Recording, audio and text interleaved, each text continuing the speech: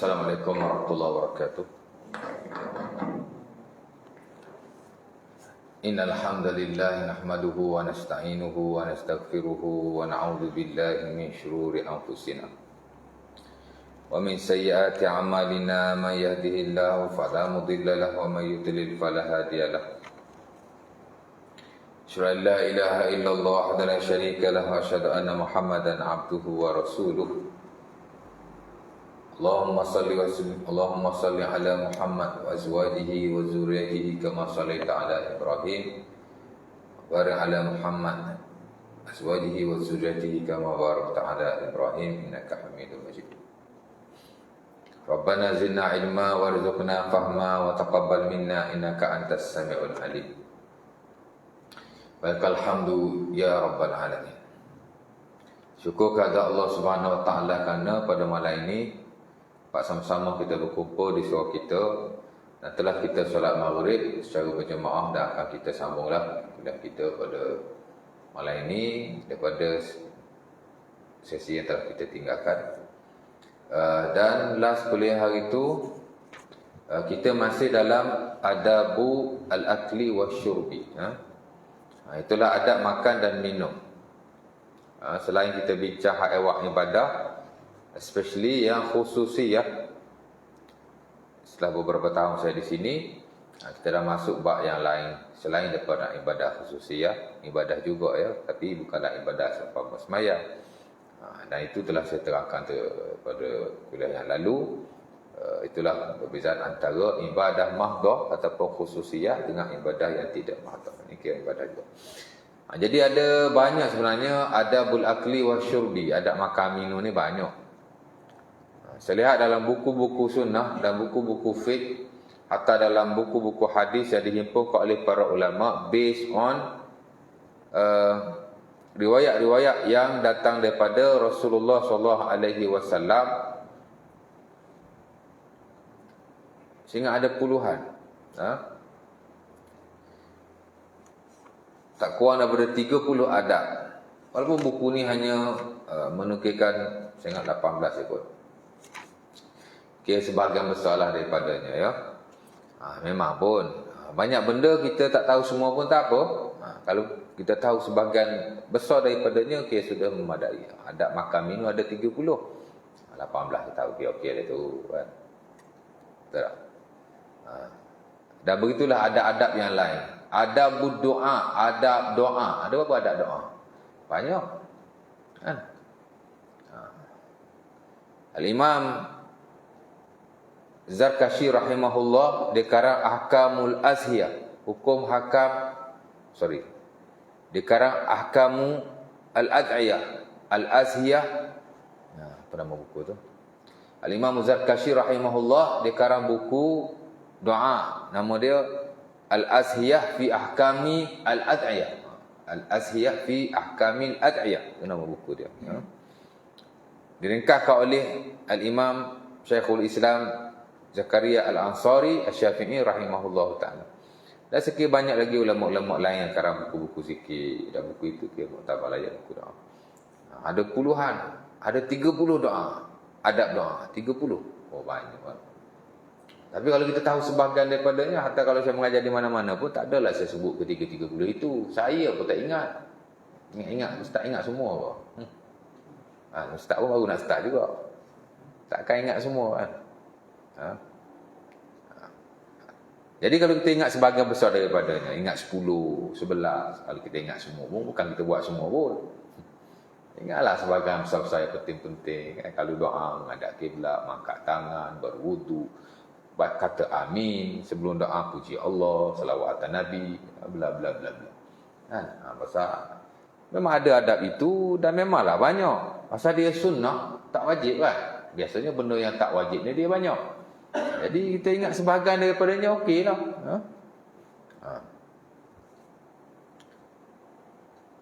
Karena sebagaimana sesuatu perihal itu disyariatkan, kebiasaan ada adabnya juga disyariatkan pada masa yang sama. Bila suatu amalan itu disyariatkan, Nabi mesti mensunahkan juga ada adab. Kan? Sebab itu kita lihat dalam buku-buku syariat banyak adab. Kan? Adab qada hajat, adab makan minum, adab nak pergi masjid, adab memakai baju, adab macam-macam adab ya.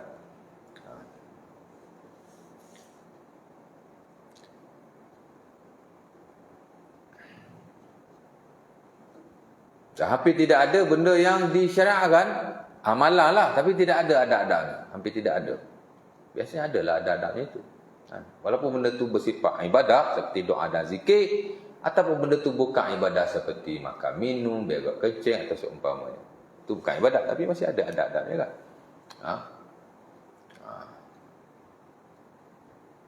Dan kalau tak ada adab, mana kadang-kadang kita muskil lah. Betul kok ada kok syariat benda ni, pasal tak ada adab. Tidak ada ada adab yang perlu kita lakukan. Baik.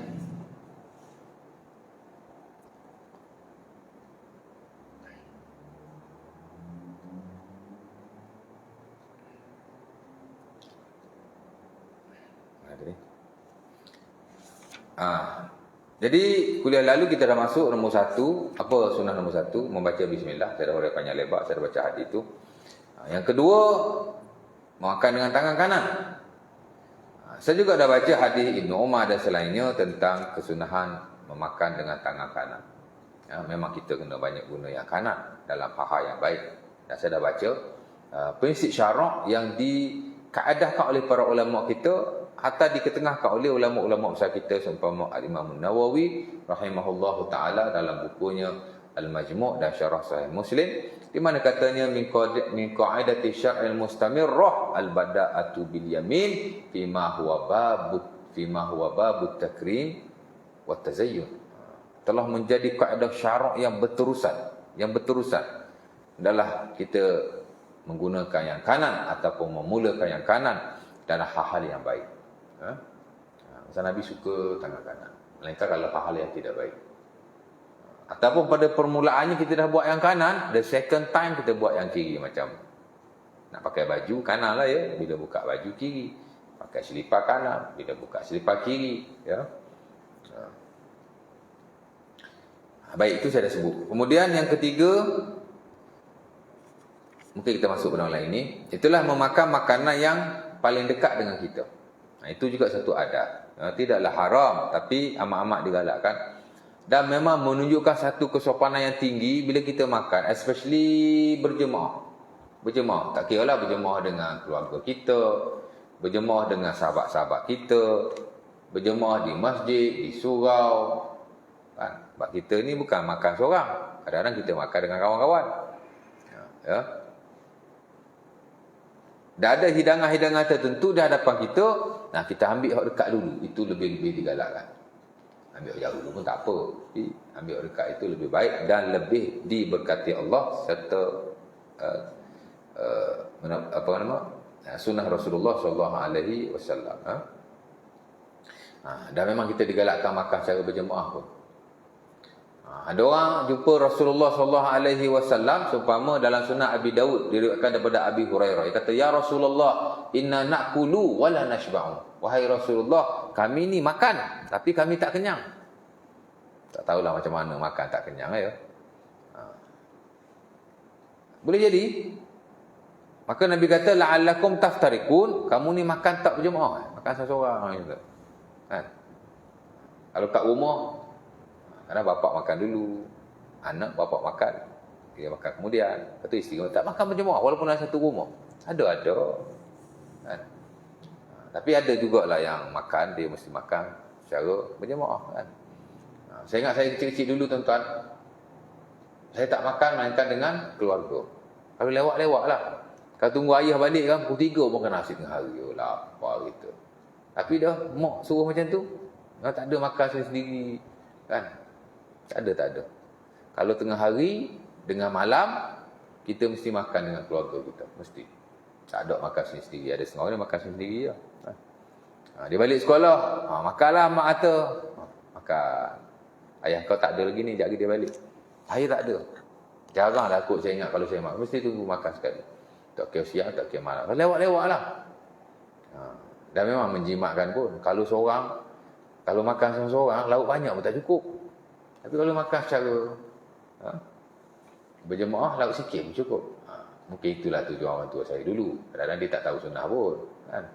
Orang tua kita bukan belajar tinggi.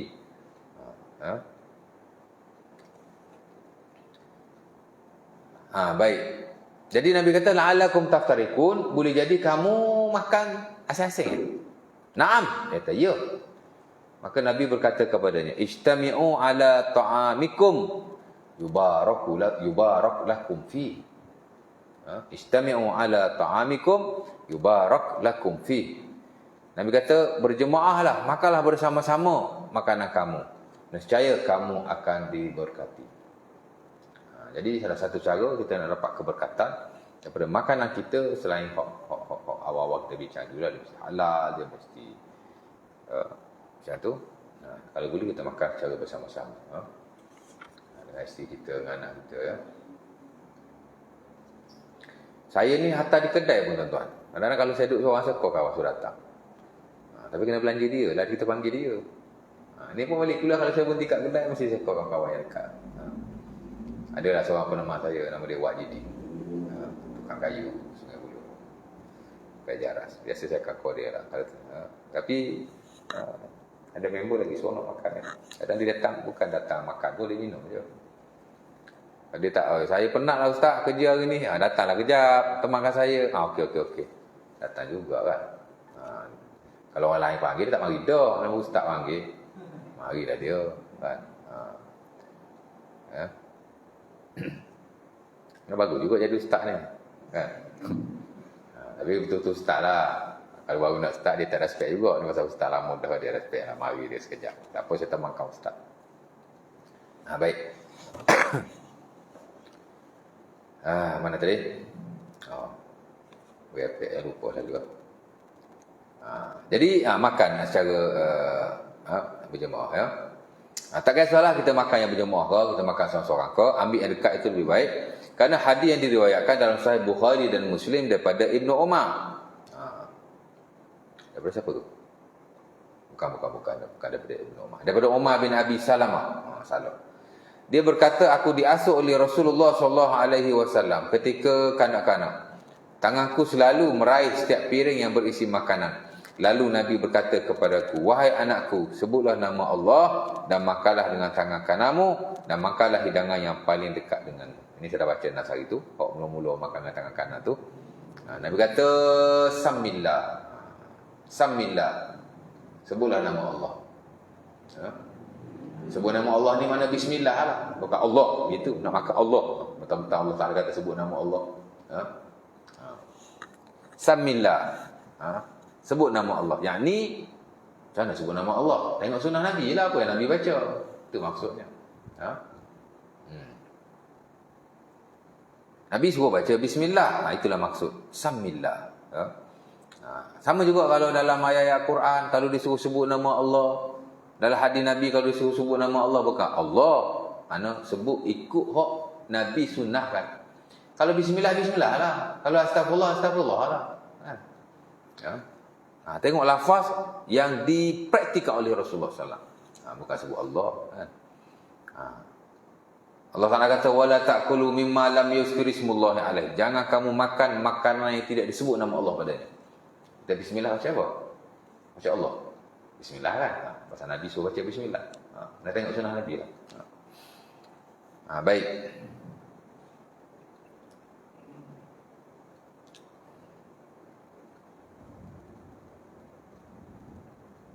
Samillah wa kul biyaminika wa kul mimma yalik. Sebutlah nama Allah. Makanlah dengan tangan kananmu dan makanlah yang hampir denganmu. Baik, itu nombor 3. Very simple. Adab makan ni dia tak ada rumit-rumit. Dia very simple and straight to the point. Dia tak melibatkan khilaf, tak ada perbahasan panjang-panjang. Kita belajar fiqhul at'imah wal ashribah. The science and food and beverage dalam fiqh dalam fiqh muamalah, dalam fiqh saya, mana ada perbahasan panjang lebar? Tak ada. Biasa dinukilkan adab, hadisnya. Kalau khilaf pun sikit sangat. Dia tak macam ibadah khusus. Ya, banyak khilaf ni ibadah tu. Sembahyang, puasa, zakat, haji. Banyak khilaf. Perkara yang melibatkan adab, dia tak banyak. Tak banyak khilaf lah ya. Kalau khilaf pun, kita tak berapa memberi penekanan. Pasal khilaf-khilaf yang terlalu furuk kerana tak ada nas pun, pendapat masing-masing. Kan? Berbeza dengan ibadah-ibadah khususiyah. Khilaf dia ada nas satu persatu. Kalau kata A ada nas-nasnya, yang amat sorry, yang amat jelas. Kalau pendapat B ada nas-nasnya, amat jelas juga. Cuma kadang-kadang dia bertentangan. Tapi kalau nas pun tak ada, masing-masing bagi pendapat masing-masing, jadi very free ya. Dan tak berapa penting pun khilaf-khilaf seumpama itu. Tak mempengaruhi ibadah kita pun ya. Berbeza dengan ibadah-ibadah yang khususiyah. Kadang-kadang dia ada pengaruh kepada ibadah kita. Itu kena belajar. Dan kena tahu lah walaupun dia khilaf. Yang keempat, makan dari tepi bukan dari tengah. Tadi suruh makan hak dekat. Habis tu hak jauh tak boleh makan. Ustaz, boleh. Mulakan makan yang dekat dengan kita. And after that, makanlah yang jauh tu. Kau nak makan hak dekat saja, nanyalah. Hak sedap, duduk jauh lalu. Hak tak sedap, duduk dekat. Nanya. Tak boleh nak junga langsung, ya tak? Peh tak junga. Junga ni, Syekh, ambil jauh lah junga. Orang tua dulu junga marah benar. Dia suruh kita suruh ambil lah. Junga-junga tu marah betul, Syekh? Ke mak Aisyah tak marah kalau junga dia kecil. Marah.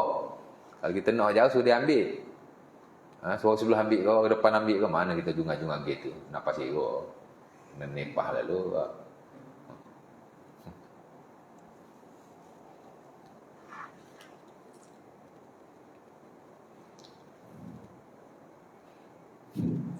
Budak-budak dulu kena ajar kat tangan.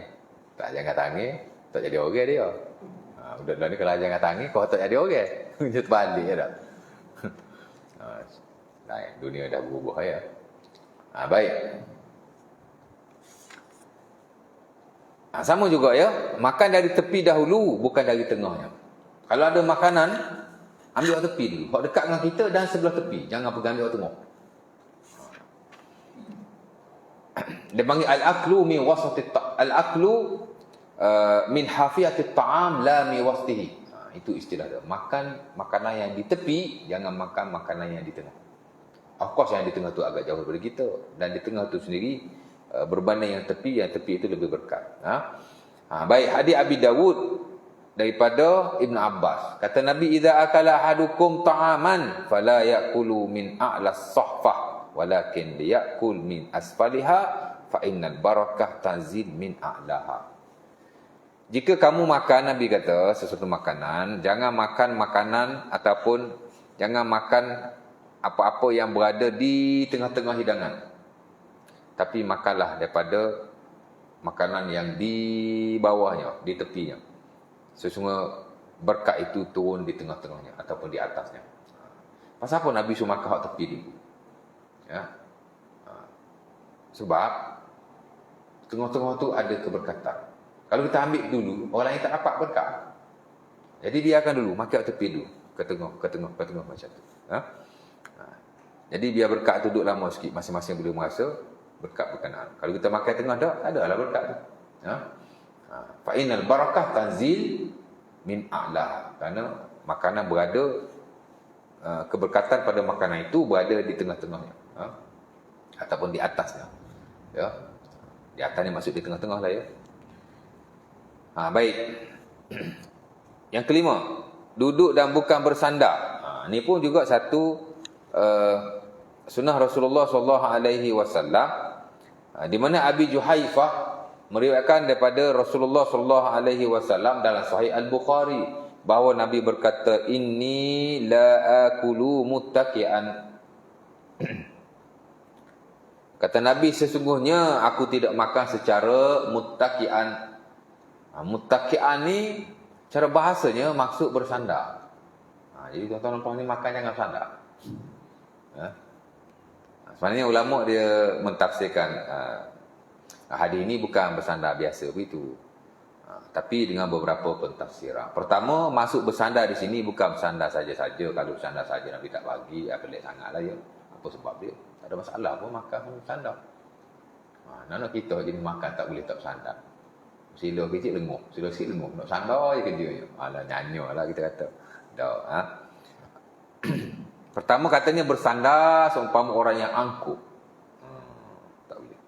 Itu yang maksud muttaqian. Ataupun juga disebut oleh Al-Imam Abu Sulaiman Al-Khattabi dalam syarah Sunan Abi Daud yang dipanggil sebagai Ma'alimus Sunan. Bersandar di sini maksudnya duduk di atas bantal seumpama seorang raja yang hebat. Jadi ada macam-macam pentafsiran lah ya. Tapi bukan bersandar biasa-biasa kita. Ya, kalau bersandar biasa, saya tak boleh buatkan apa-apa. Benda tidak baik, tidak ada masalah. Pasal pelik juga pasal Nabi larang bersandar. Jadi ulama bagi beberapa pentafsiran. Maksudnya duduk dengan sopan, jangan duduk dengan angkuh, duduk adalah beberapa pentafsiran, tapi waktulah silap yang penting. Duduk sebagai duduk dengan baik, dengan sopan, dengan tawaduk, tidak duduk sebagai seorang yang angkuh, tidak duduk di atas bantal. Orang lain makan biasa saja, kita duduk atas pelapik bantal ke atas umpamanya, kita lebih daripada orang lain lah. Itu dia mentafsirkan sedemikian ya. Tapi kalau dilihat pada zahir teks, macam sandar itu tak boleh lah ya. Sebab itu kadang-kadang in some circumstances kita jangan lihat terjemahan saja. Itu saya lihat kelemahan yang ada pada buku-buku yang hanya ada terjemahan, dia tak ada keterangan. Macam buku Fadailul A'mal sebahagiannya, tak semualah hadis ni perlu keterangan. Kerana hadis ni tak perlu keterangan. Hadis-hadis yang melibatkan adab ni dia tak perlu keterangan sangat. Pasal very straight, dia faham, jelas. Tapi ada isu-isu macam ni kita nak kena faham. Dia sebab tu ada beberapa perkara dia kena ada keterangan lah. Ada buku Fadilah Amal, dia terjemah saja. Tak ada keterangan, tak boleh. Kena ada sedikit keterangan, terutama hal yang memang perlu keterangan. Memang perlu. Tak semualah ya.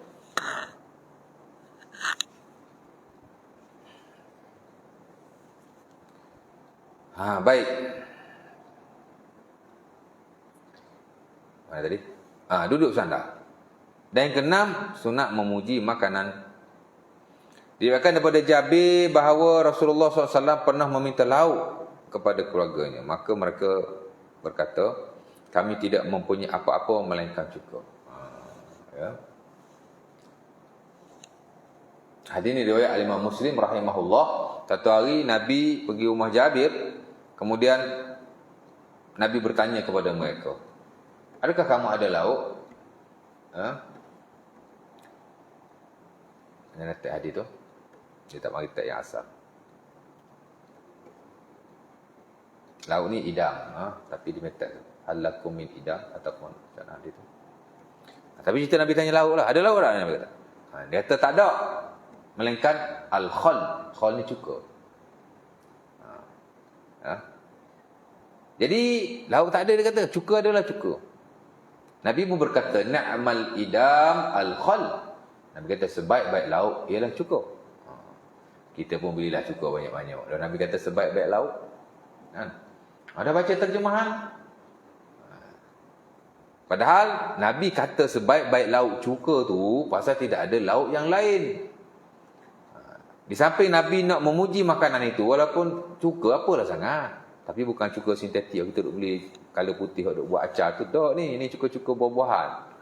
Boleh jadi cuka buah tin, boleh jadi cuka buah apple, macam tu lah ya. Panggil al-khal, cuka buah-buahan. Kalau ni cuka ada dua, satu cuka sintetik. Makan lebih sikit sakit perut lah. Buat cincah. Buah pau lah apalah. Cik-cik kita buah himna, cuka putih tu kan. 2-5% dia dulu ni, pun mahal sikit kot. Itu cuka sintetik tak bagus untuk perut ya. Very acidic. Asid semua tu. Tu yang duk kena gastrik apa gitu gini sekali-sekala boleh lah ya, tapi jangan selalu-selalu. Tapi kalau cuka buah tak apa, cuka tin. Buah tin kan dia buat cuka kan. Mahal juga saya beli kadang. Satu botol tu RM50. Yang RM100 pun ada, tengoklah dia punya kualiti dia. Yang mahal biasanya cuka tin daripada Yaman. Bukan daripada Palestin. Sebab saya pernah beli. Cuka apple cider boleh okey juga. Ada seorang tuan-tuan, umur dia tua dah. Kita kata tua, tapi dia tak rasa tua, dia kata aku muda lagi. Nama dia, kita panggil Uncle Hamzah. Ada orang panggil Dr. Hamzah, pasal dia tukang urut, panggil doktor lah kat dia. Saya jumpa dia di satu surau di Salam tu, saya kuliah subuh situ setiap hari Ahad. Pertama lah setiap bulan. Jumpa dia. Lepas tu dia kata, Ustaz, saya nak kawan dengan Ustaz lah. Saya nak pergi rumah Ustaz boleh? Kata boleh, datang. Umur dia 82 tahun. 4 tahun yang lalu. Saya pun tak tahu lah dia hidup lagi dia tak. Mungkin hidup lagi banyak umur Allah Alam. Tapi masa tu dia umur 82. Dia duduk di surau itu, dia menumpang. Pasal dia datang daripada Penang. Saya tanya dia datang daripada mana? Daripada Penang. Naik apa? Naik motor kris. Daripada Penang, datang ke Shah Alam, naik motor kris. Umur 82 tahun. Saya bukan kata kalau daripada Penang pergi Shah Alam. Daripada Tasik Puteri pergi Shah Alam, belum tentu saya boleh naik motor kris. Dia naik motor kris daripada Penang. Boleh tak? Kita boleh tak? Mana dia strong lagi lah, sihat lagi. Dia pun datang Sungai Buloh. Datang Sungai Buloh. Banyak kali dia datang, dia tidur di surau saya. Lama dah ni, 4 tahun lepas kan. Saya ingat dia betul-betul nak berkawan dengan saya sebenarnya. Tapi dia ada nilai lain. Sebenarnya dia ada berkenal seorang perempuan kat situ, kenal di Facebook. Cerita dia macam tu lah ya. Dia ajak saya pergi jumpa perempuan tu, jumpa mak mentua dia. Jumpa mak perempuan tu lah, bakal mak mentua dia. Mak mentua umur 75 tahun. Anak umur 50 tahun. Dia umur 82 tahun. Tasik biru rumah dia ya. Rumah tinggi-tinggi tu dia panggil. Tempat rumah tasik biru tu kan. Ada udas balik mi rupanya. Tak apalah. Saya dulu dia selalu ikut kat saya kuliah masa dia datang tu. Banyak kali dia datang. Lepas tu dia tak dikahwin, langsung lost contact. Saya kau tak dapat, nombor dah tukar kot. Dia kata dia nak pergi Australia. Tapi saya betul lah. Saya tanya dia apa betul? Dia pun rajin lah. Dia rajin dengar kuliah apa itu gini, rajin baca. Dan dia can speak English very well. Sebab dia dulu pernah duduk di Australia banyak tahun. Dia pencik askar tapi ada jawatan lah, saya tak ingat lah sarjan ke apa, tak tahu lah pegawai waran ke apa. Tapi ada ni lah, ada jawatan lah ya. Tapi dia bahagian pemakanan. Dia bahagian pemakanan. Betul orang panggil dia doktor. Ya. Saya tanya dia apa betul, apa rahsia sehat apa gitu gini ya. Dia tukang urut. Dia datang surau saya. Saya pun beritahu lah kawan-kawan siapa nak urut datang. Dia start urut pukul 10 pagi sampai 10 malam, berhenti semayang aja. Berbelah-belah orang dia urut hari tu. Tak lama-lama lah, seorang 20 minit, setengah jam. Bagilah dia RM20 kan. Bayanglah ya, umur 82 tahun. Boleh urut orang 12 jam, non-stop. Very strong. Tangan dia macam besi, keras tu. Kerana dia orang yang stamina okey lah ya. Tak ada penyakit. Kita tanya dia apa betul? Kau mana tahu. Dia tak sampai 10,000 satu hari ke. Kukuk ada rahsia-rahsia kan. Contoh lah ya. Ibadah dia apa yang hebat ni. Kukuk kita tahu macam tu. Tapi tak ada lah. Bab tu biasa-biasa saja. Tapi dia kata dua je. Pertama, malam dia tak makan. Dia dah disiplinkan sejak 30 tahun yang lalu. Dia makan sampai pukul 5 petang saja. Kalau nak makan nasi sampai 5 petang saja. Dia takkan makan malam. Orang yang makan malam ni biasa dia akan mudaratkan. Dan kalau kita lihat, saya pergi banyak kursus-kursus makanan. Makan malam ni memang tak bagus lah ya. Itu kita tak boleh tinggal. Sepatutnya malam pun kita rehat. Sebab siang pun kita dah makan. Malam ni pun kita punya organ sebenarnya dia kurang aktif berbanding siang. Tak tahulah kenapa. Tapi malam ni kena kosongkan perut. Jadi dia makan pukul 5 saja. Kalau saya belanja dia makan pun kat kedai pukul 5 dia order nasi lah ya. Juga kampung. Dan malam memang dia kosongkan perut. Yang kedua, dia makan cuka apple sejak daripada dulu. Dan saya pun buat cari yang lah sikit pasal cuka-cuka makanan. Memang bagus lah cuka-cuka makanan ni sebenarnya. Itu saya beli ya, cuka tin tu. Kan? Tak payah makan banyak-banyak. Makan satu hari satu sudu. Makan, cuka tin ke cuka apple tak rasa. Tapi dia selalu beli cuka apple. Habislah cuka kedai depan ni. Tapi bagus ya. Dia satu makanan yang bagus. Tapi dalam konteks ni, Nabi kata sebaik-baik lauk ialah cuka. Bukan nak kata cuka tu makanan yang paling bagus. Tidak. Mana pada waktu itu tidak ada makanan yang lain. Maka Nabi pun memujilah makanan itu. Ya. Makan cuka dia tak ada sunnah seumpama makan-makan yang lain tadi. Sama-sama saja. Ya. Tak adalah kata makan cuka semata-mata makan dapat pahala. Sunnah ni. Nabi kata sebaik-baik lauk cuka. Kau kena tengok konteks kenapa Rasulullah SAW berkata. Dia pemakanan dan pemakaian, dia bukan duduk dalam sunnah syar'iyah. Dia duduk dalam sunnah jibiliyah. Itu pun satu bab yang lain. Tapi kita nak faham juga. Makan pun sama, Nabi makan cuka, Nabi makan tamak. Kalau semata-mata makan, orang Arab paling banyak pahala sekali. Kan? Ada apa memang cukur-cukur buah-buahan ni memang satu industri. Kita tak ada. Kan? Of course lah dia makan buah tamar, makan gandum. Dapat pahala. Hari-hari dapat pahala. Tak ada berzikir. Ya? Tak ada. Pemakanan dan pemakaian dia duduk dalam sunnah jibiliyah. Ya? Dia bukan sunnah makmur. Dia panggil apa? Sunnah jugalah, tapi dia bukan seumpama sunnah-sunnah ibadah yang lain. Baik. Contoh saya bagi macam pakai jubah kan. Semata-mata pakai dapat pahala tak? Kalau kata dapat, mana tak belajar usul fiqh lagi lah. Sebab ada juga yang kata dapat. Termasuk orang bercakap ni pun. Saya tak tahulah. Saya belajar usul fiqh sejak daripada zaman universiti sampai saya ambil masters. Saya lihat pemakaian dia duduk dalam jibiliyah, iaitu dalam sunnah syariah tidak. Tapi orang duduk bercakap pun kadang. Kau start pun baru nak start kan. Orang tabligh dia duduk depan, dia bercakap sikit pasal. Tak apalah. Itu dia panggil sunnah jibiliyah, sunnah adat. Semata-mata pakai jubah dapat pahala ke? Tahu? Tak tahu mana tak ada penerangan lagi lah. Tak belajar usul fiqh lagi lah. Ustaz yang ajar fiqh dia kena dedahkan. Sebab fiqh dengan usul fiqh dia sekali. Usul fiqh ni dia umpama kilang. Fiqh ni dia umpama produk. Dia mesti berjalan seiring. Walaupun orang tu tak belajar usul fiqh, dia ajar fiqh dah memadai. Sebab fiqh ni dia kena selit-selit sikit. Usul fiqh yang penting-penting lah ya. Pemakaian ni di sunnah jibiliyah. Semata-mata pakai tak dapat pahala. Kalau semata-mata pakai dapat pahala, orang Arab dapat pahala lebih banyak daripada kita. Orang Arab tak semayang pun tuan-tuan dia pakai jubah. Especially on Friday. Orang Arab ni memang Jumaat dia mesti pakai jubah. Ada orang Arab ni dia pakai jubah hari-hari. Memang pakaian dia pun. Kan? Dia pergi pusat judi pun dia pakai jubah. Itu jenis memang orang Arab yang pakai hari-hari. Tapi orang Arab yang muda-muda, orang muda sekarang ni tak pakai hari-hari. Dia pakai seminggu sekali hari Jumaat. Saya duduk UAE kan. Memang budak Arab hari Jumaat dia budaya dia memang pakai jubah lah. Dia pergi sembahyang Jumaat. Walaupun dia tak sembahyang. Ingat orang Arab semua semayang ke? Tapi hari Jumaat dia pakai jubah. Dapat pahala dia. Bukan semata-mata pakai. Dia pakai tu kerana dua sebab. Pertama, mahabbatu Rasulillah. Pakai ni kerana sayang Nabi. Aku pakai jubah ni kerana aku sayang Nabi. Dan sebagai ulama kata pakai ni kerana Nabi memakainya. Ittiba'ur Rasul. Baru dapat pahala. Tapi dulu pensyarah saya dia kata juga, kalau kita pakai kerana Nabi pakai, kita mesti pakai hari-hari. Kalau pakai sekala, apa pakai Nabi ni pula kan. Macam saya pakai jubah bila nak pergi mengajar je. Kalau tak mengajar, saya tak pakai jubah. So, saya pun mungkin tak dapat pahala. Saya lah kot, tuan-tuan saya tak tahu.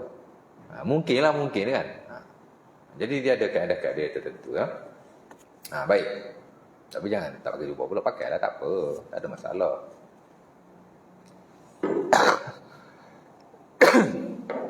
Okey, baik. Kat mana tadi? Ni Ammar. Isyak dah ni. Pada 23, 24. Tak apa, saya nak habiskan. Ni kita laju sikit yang ni. Pakai serban sama juga. Dia semata-mata pakai tak dapat pahala.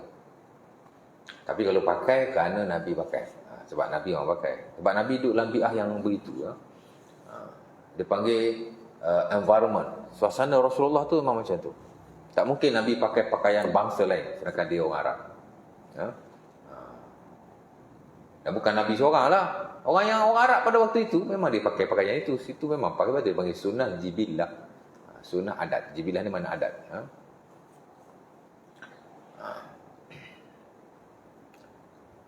Tapi jangan tak pakai serban pula. Imam lepas ni tak pakai serban. Esok hari pakai kopiah je. Janganlah. Pakai teruskan. Tak apa.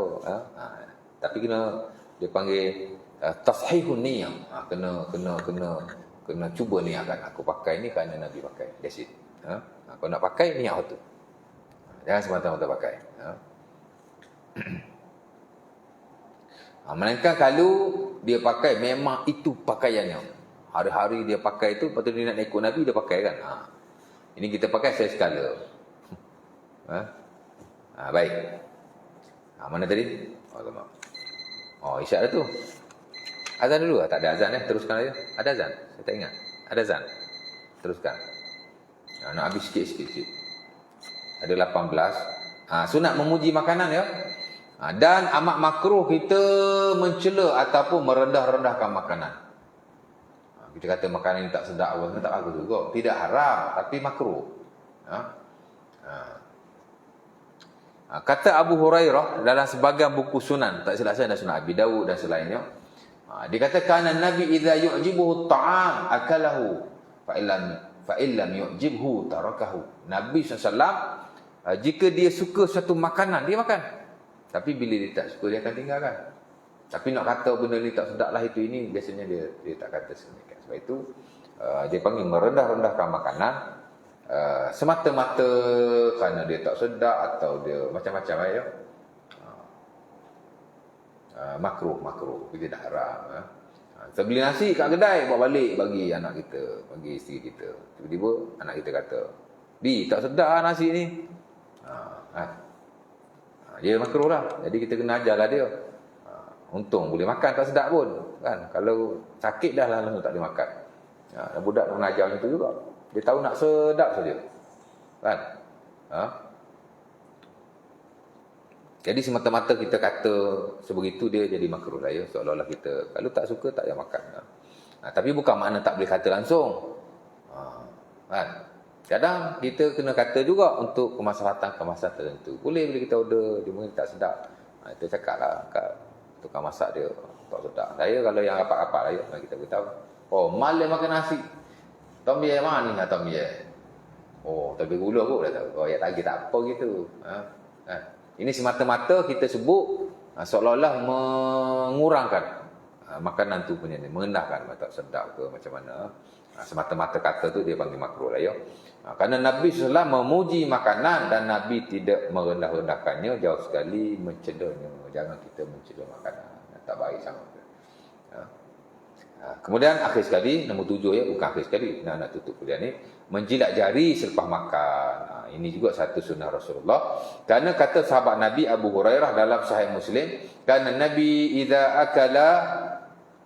akala ahadukum falyal'aq asabi'ahu fa innahu la yadri fi ayyatihinna al-barakah. Banyak tuan-tuan bila sebut ataupun sabit dengan makan minum, Nabi sebut berkat. Ya. Ini pun sama. Nabi kata bila kamu makan, jilatlah jarimu. Falyal'aq asabi'ahu. Jilatlah jari ya. Dia tidak tahu di manakah pada makanan itu ada keberkatan. Bila kita makan, makanan yang lekat kat jari kan, kok di situ ada berkat. Allah Ta'ala jadikan di situ ada keberkatan. Tiba-tiba kita basuh. Oh, tak dapat berkat tu. Jadi Nabi kata jilat dulu. Lepas tu baru basuh. Ya. Kalau saya ada benda-benda yang orang tua suruh bagus. Dia sama dengan yang disuruh dalam agama. Ada sunnah. Tapi ada benda juga yang orang tua kita larang, tapi benda yang dia larang tu tak betul. Macam orang tua saya dulu, kalau jilat jari dia marah. Macam lapar dia kata ni. Marah gitu. Kita pun tak jilat lah. Ya. Tapi bila kita belajar, jilat jari ni sunnah rupanya. Nampak? Tapi bila kita besar, kita jilat, dia tak marah lah. Kita besar dah. Kan? Tapi kita ingatlah kecil-kecil dulu. Memang kalau kita jilat jari marah tu. Arwah nenek saya dulu memang dia marah tu. Kan? Kalau jilat-jilat. Tapi arwah moyang saya bukan kata jilat tangan. Pinggan tu boleh taruh air dia. Tengah makan, dah habis makanan kan, dia tuang air, dia ni sikit je. Jadi pinggan dia tu bersih lah lepas dia makan. Dia habiskan betul-betul makanan tu. Ambil pinggan pun dia taruh air kat tu. Kan? Wallahu ta'ala alam ya. Jadi mungkin setakat itu dulu. Cukup tu 40 minit. Ada nak tanya apa-apa? Simple question, simple answer. Soalan yang ringkas, jawapan yang ringkas. Kalau ada nak tanya apa-apa lagi. Tak ada. Tak ada, mana semua jelas lah tu ya. Aku lupa nazar. Assalamualaikum. Wassalamualaikum warahmatullahi wabarakatuh. Kita tutup datang ke majlis kita ini dengan membaca tasbih kafarah dan surah Al-As.